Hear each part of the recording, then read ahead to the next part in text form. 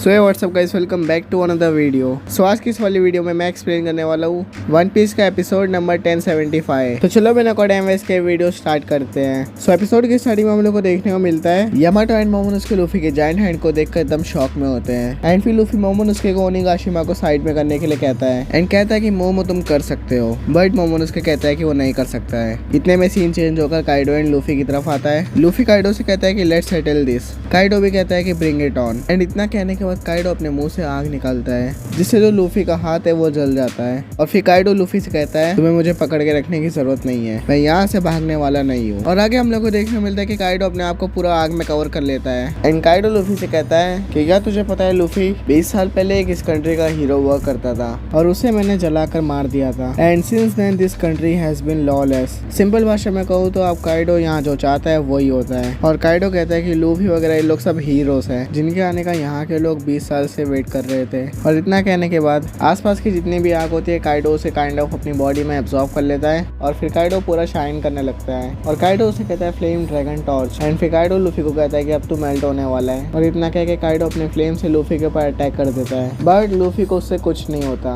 और लूफी कहता है कि आई am not gonna melt. And फिर लूफी बताता है कि उसने वो ओल्ड मैन यानी कि ह्यूगरो से सीखा कि बिना टच करे कैसे पंच कर सकते हैं। बेसिकली जो होती आंखें है, लेकिन उसे वानो में रियो कहा जाता है। और फिर लूफी रेडी हो जाता है काइडो को पंच करने के लिए और काइडो भी यूज करता है राइजिंग ड्रैगन। तभी लूफी कहता है गोमनो गोमनो बजरंगन।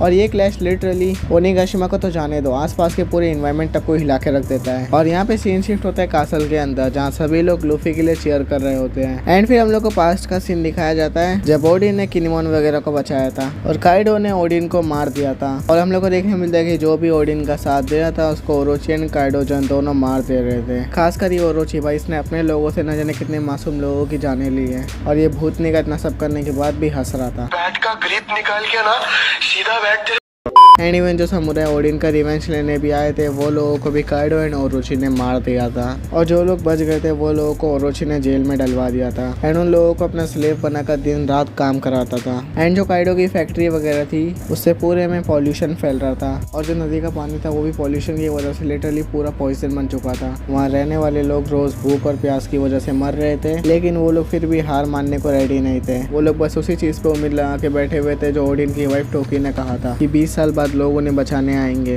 खैर हम लोग को आगे देखने को मिलता है कि ओरोची एंड काइडो ने लोगों के खाने के लिए फ्रूट्स भेजे हुए होते हैं। एंड उन फ्रूट्स को देख के लोग काफी ज्यादा खुश होते हैं बिकॉज उन्हें काफी टाइम बाद कुछ खाने को मिला है। और फिर जो लोगों ने फ्रूट्स भेजे थे वो लोग खा लेते हैं। एंड इन फ्रूट्स को खाने की वजह से उन मासूम लोगों के सारे इमोशंस छीन लिए जाते हैं। लाइक वो लोग की लाइफ में कुछ भी हो लेकिन सिर्फ वो लोग हंस सकते हैं। वो लोग ना रो सकते हैं ना गुस्सा हो सकते हैं, खाली वो लोग हंस सकते हैं। आगे हम लोग को एक बच्चा दिखाया जाता है कि जिसके मॉम डैड की डेथ हो जाती है, लेकिन वो बच्चा भी अपना दुख नहीं दिखा सकता है, वो खाली हंस सकता है। और मासूम लोगों के साथ में ये सब करने के बाद ओरोची काफी ज्यादा खुश हो रहा होता है और हियोरी ये सब बैक एंड से देख रही होती है। एंड उन सभी लोगों का रिवेंज लेने के लिए हियोरी ने ओरोची की बॉडी के अंदर उसी प्रिज्म स्टोन की कील लगा दी थी, बट अब वो कील निकल गई है। तो ओरोची हियोरी से कहता है तुम्हें मुझसे रिवेंज लेना है ना, तो विक्टिम खेलना बंद करो। एंड कहता है कि मुझे अभी भी याद है कि कोज़ुकी क्लैन वालों ने मेरे साथ में क्या किया था, मैं ऐसे ही मरने वाला नहीं हूँ, I am not just gonna die. And कहता है कि वो अपने साथ हियोरी को लेके जाएगा।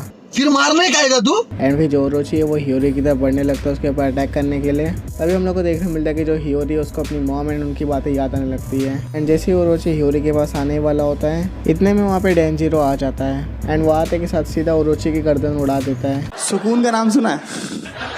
हाय हाय इतना सुकून। और यहीं पर सीन शिफ्ट होता है फ्लावर कैपिटल की तरफ। एंड वहाँ पे जो कि फेस्टिवल चल रहा होता है एंड वहाँ पे सभी लोग इस चीज़ के ऊपर अपनी विशेष लिख के आसमान में उड़ा रहे होते हैं। लाइक जैसे कि एक में लिखा हुआ होता है कि ओरोची यहाँ से चला जाए और हमें इस हेल से बाहर निकालो, और ऐसे सभी लोग अपनी विशेष लिख के आसमान में उड़ा रहे होते हैं। पहले यहीं पर सीन शिफ्ट होता है मोमोनोसुके की साइड। एंड मोमोनोसुके अपने मन में वही सोच रहा होता है कि वो ओनिगाशिमा को मूव नहीं कर सकता है। और तभी मोमोनोसुके को अपने मॉम डैड याद आने लगते हैं एंड उनकी बातें याद आने लगती हैं। एंड मोमोनोसुके कहता है कि नहीं, वो ऐसे हार नहीं मान सकता है। सभी लोग उसके ऊपर बिलीव करते हैं एंड उसे कुछ भी करके ओनिगाशिमा को मूव करना ही होगा। और यहाँ पे सीन शिफ्ट होता है कासल के अंदर जहाँ पे हम लोग को देखने मिलता है कि सभी लोग प्रे कर रहे होते हैं लूफी के लिए कि लूफी कुछ भी करके काइडो को हरा दे, बिकॉज अगर काइडो हारेगा तो वो लोग की जो 20 ईयर्स की बैटल है वो खत्म हो जाएगी। खैर लास्ट में हम लोग को बस इतना देखने को मिलता है कि लूफी एंड काइडो की फाइट चली रही होती है एंड यहीं पर ये एपिसोड खत्म हो जाता है। सो तुम लोग को ये एपिसोड कैसा लगा एंड तुम लोग को ये वीडियो कैसी लगी नीचे कमेंट्स में बताओ। एंड अगर तुम लोग को ये वीडियो अच्छी लगी हो तो लाइक कर देना, चैनल पे नहीं हो तो सब्सक्राइब कर लेना। लेना और इंस्टाग्राम पे फॉलो कर लेना, लिंक तुम लोग को डिस्क्रिप्शन में मिल जाएगी। बाकी मैं मिलता हूँ तुम लोग से नेक्स्ट वीडियो में, तब तक के लिए सायोनारा।